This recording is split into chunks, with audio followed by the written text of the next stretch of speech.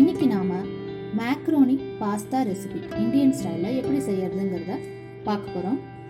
அதுக்கு முன்னாடி புதுசாக இந்த சேனலுக்கு வரவங்க கீழே சப்ஸ்கிரைப்னு ஒரு ரெட் கலர் பட்டன் இருக்கு, அதை ப்ரெஸ் பண்ணி விடுங்க. உடனே பக்கத்தில் ஒரு பெல் ஐக்கான் வரும், அதையும் ப்ரெஸ் பண்ணுங்க.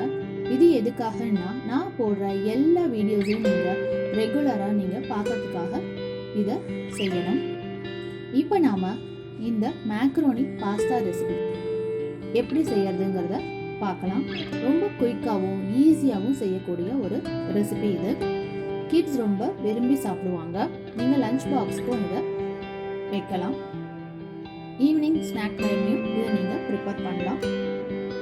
இப்போ நாம் இந்த ரெசிபிக்கு தேவையான இன்க்ரீடியன்ட்ஸ் என்னங்கிறத பார்ப்போம். மேக்ரோனி, அதுக்கப்புறம் oil 2 table spoon, garam masala 1 table spoon, salt to taste, chili powder 1/2 table spoon, onion 4 to 5, tomato 4 to 5. இப்போ நாம இந்த ரெசிபி எப்படி செய்யறதுங்கிறத பார்க்கலாம் வாங்க.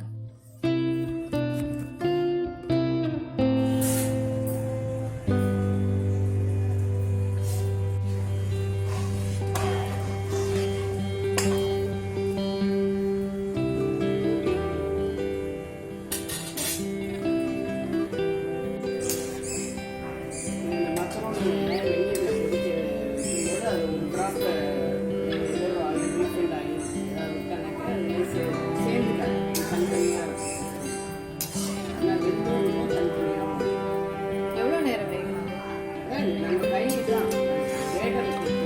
நல்லா சாஃப்ட் ஆனதுக்கப்புறம் இப்பவே ஆயிடுச்சு.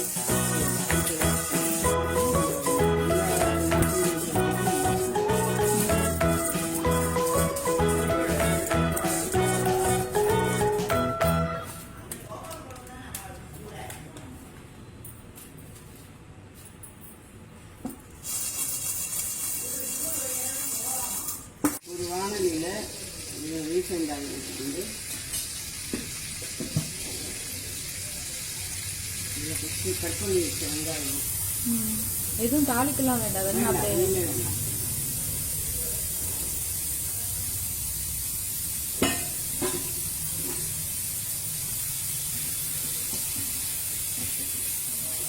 இந்த வெங்காயம் வதங்கிறதுக்கு லைட்டாக கொஞ்சம் உப்பு, ஒரு 1/4 ஸ்பூன். நான் சட்டுன்னு வதங்கிடும் வெங்காயம். அப்புறம் அந்த மாத்திரம் போட்டுக்கணும். எத்தனை வெங்காயம் எடுக்கிறதுக்கு? 4. ஒரு 100 கிராம் மேக்ரோனிக்கு 4 வெங்காயம். 4 சின்னதாக இருந்தால் 5 கூட போடலாம். அதுமாதிரி தக்காளியும் 5 போடலாம். சின்னதாக இருந்தால் 5. தக்காளியும் வெங்காயம் தான் இதுக்கு நிறைய தேவை.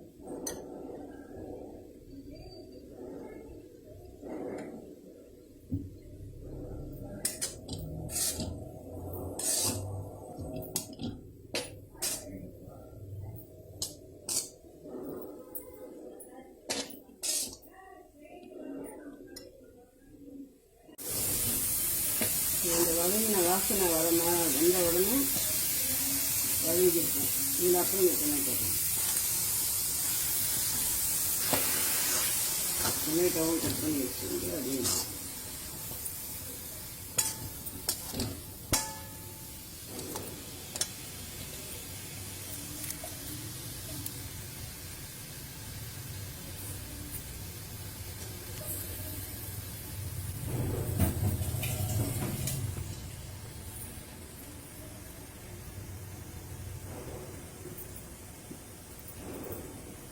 உப்பு, அதுக்கு தகுந்த மாதிரி உப்பு,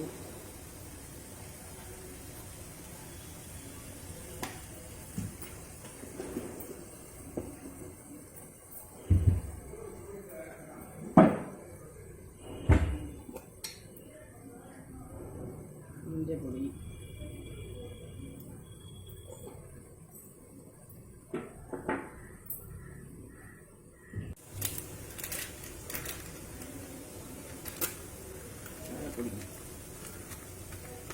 சில்லி பவுடர்.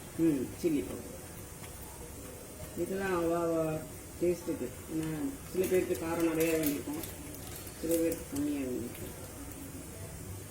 அதுக்கு தகுந்த மாதிரி காரப்பொடி. இது கரம் மசாலா.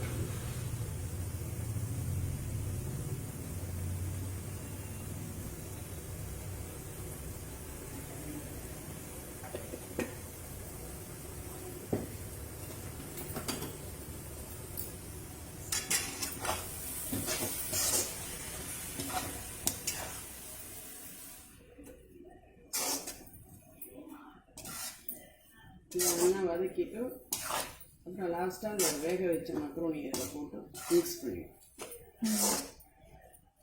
இதுவும் இந்த டொமேட்டோ வந்து பச்சை வாசனை போகிற மாதிரி வதக்கும்.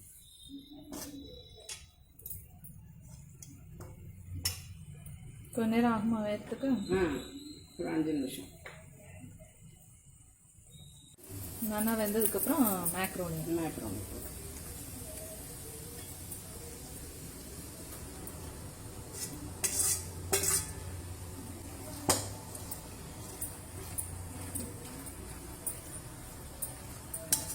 இந்த எண்ணெய் கொஞ்சம் விட்டதுனால வேகும்போது அதுவே ஒத்தையாக ஆகிடும், சேர்ந்த மாதிரி இருக்காது. மேக்ரோனி கொதிக்கும் போதே எண்ணெய் விட்டுருது. ஆமாம்.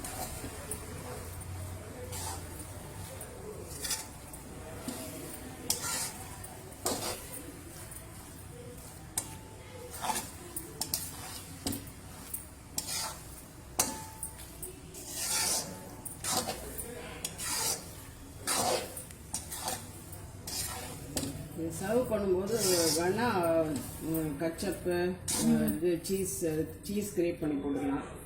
கச்சப் மேலே போட்டுக்கலாம். சம்டைம்ஸ் சில பேருக்கு டொமேட்டோ போகிற மாதிரி இருந்தால் கச்சப் டேஸ்ட் பிடிக்கும். அதனால் கச்சப்பு சீஸ் கிரேட் பண்ணி போடலாம்.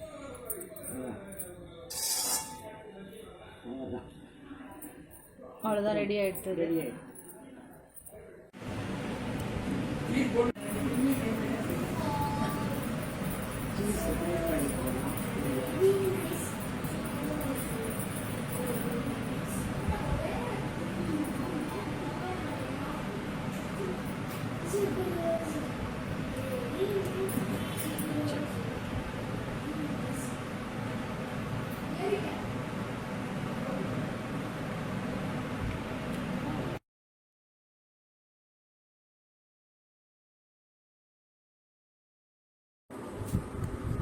மேக்ரோனி பாஸ்தா ரெடி ஆயிடுச்சு.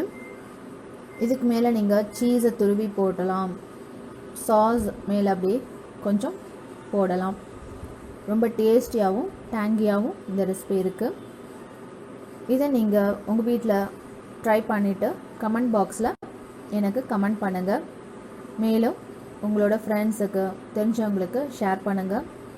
மறக்காமல் சப்ஸ்கிரைப் பண்ணுங்கள். மீண்டும் இது போன்ற இன்னொரு ரெசிபியில் சந்திக்கலாம்.